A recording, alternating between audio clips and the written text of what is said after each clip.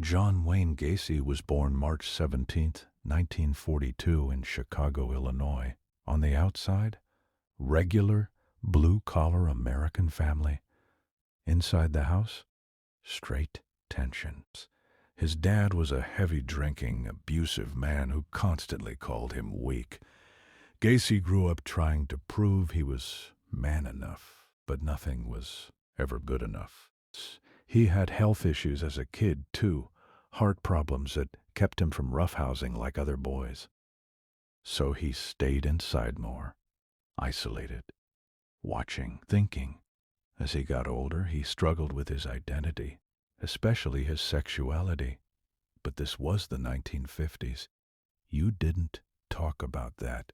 You buried it. So he built a fake image instead. Polite, helpful, smiling. He learned early that charm could cover insecurity. And that mask, he would wear it for the rest of his life.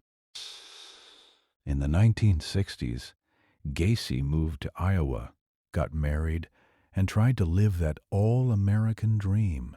Worked at his father-in-law's KFC franchises, looked successful, responsible.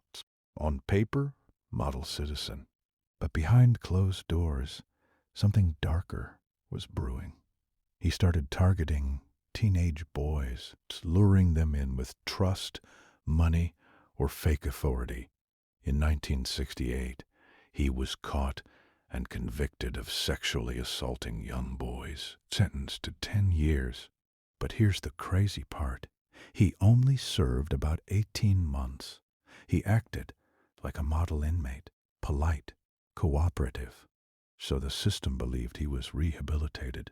They let him out early. That early release, it changed everything.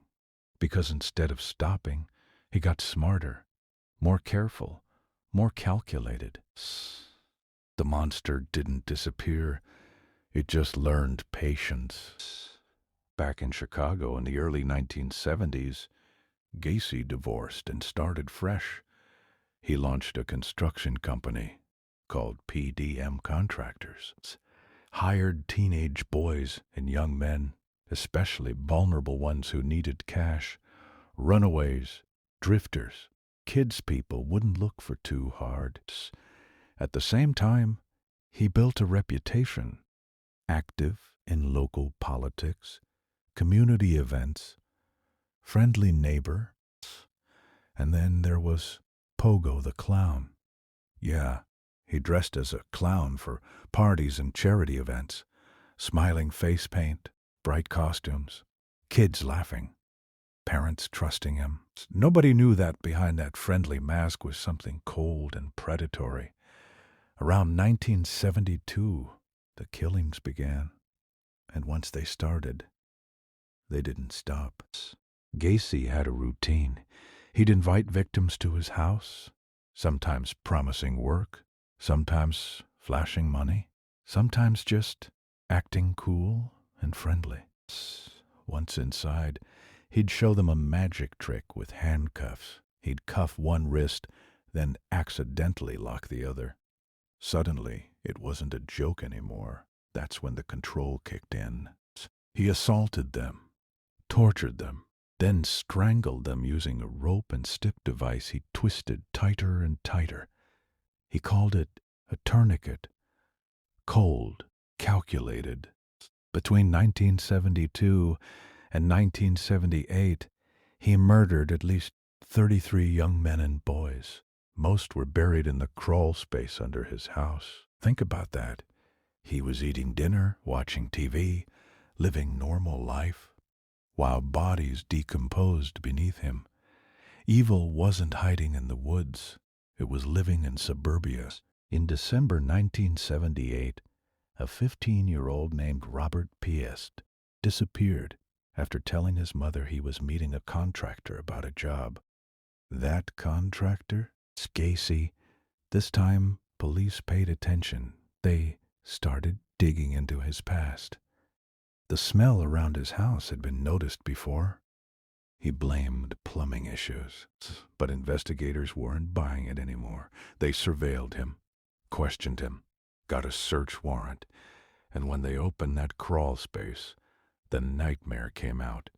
Bodies wrapped in plastic, buried shallow, one after another. Eventually, 29 bodies were found under the house. Others were recovered from rivers nearby. Gacy was arrested. At first, he denied everything.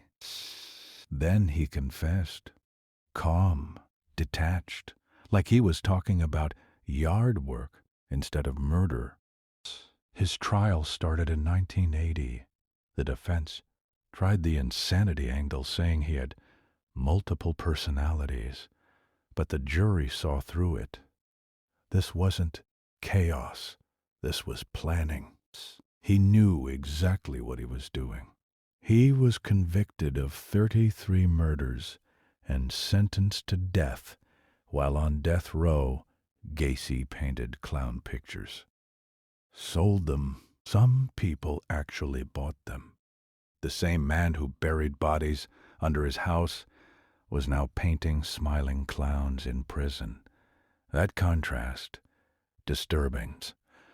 On May 10th, 1994, he was executed by lethal injection. His reported last words were arrogant, with no apology, no remorse. His house was demolished. The address changed, but the story, it never disappeared, because John Wayne Gacy wasn't a horror movie villain.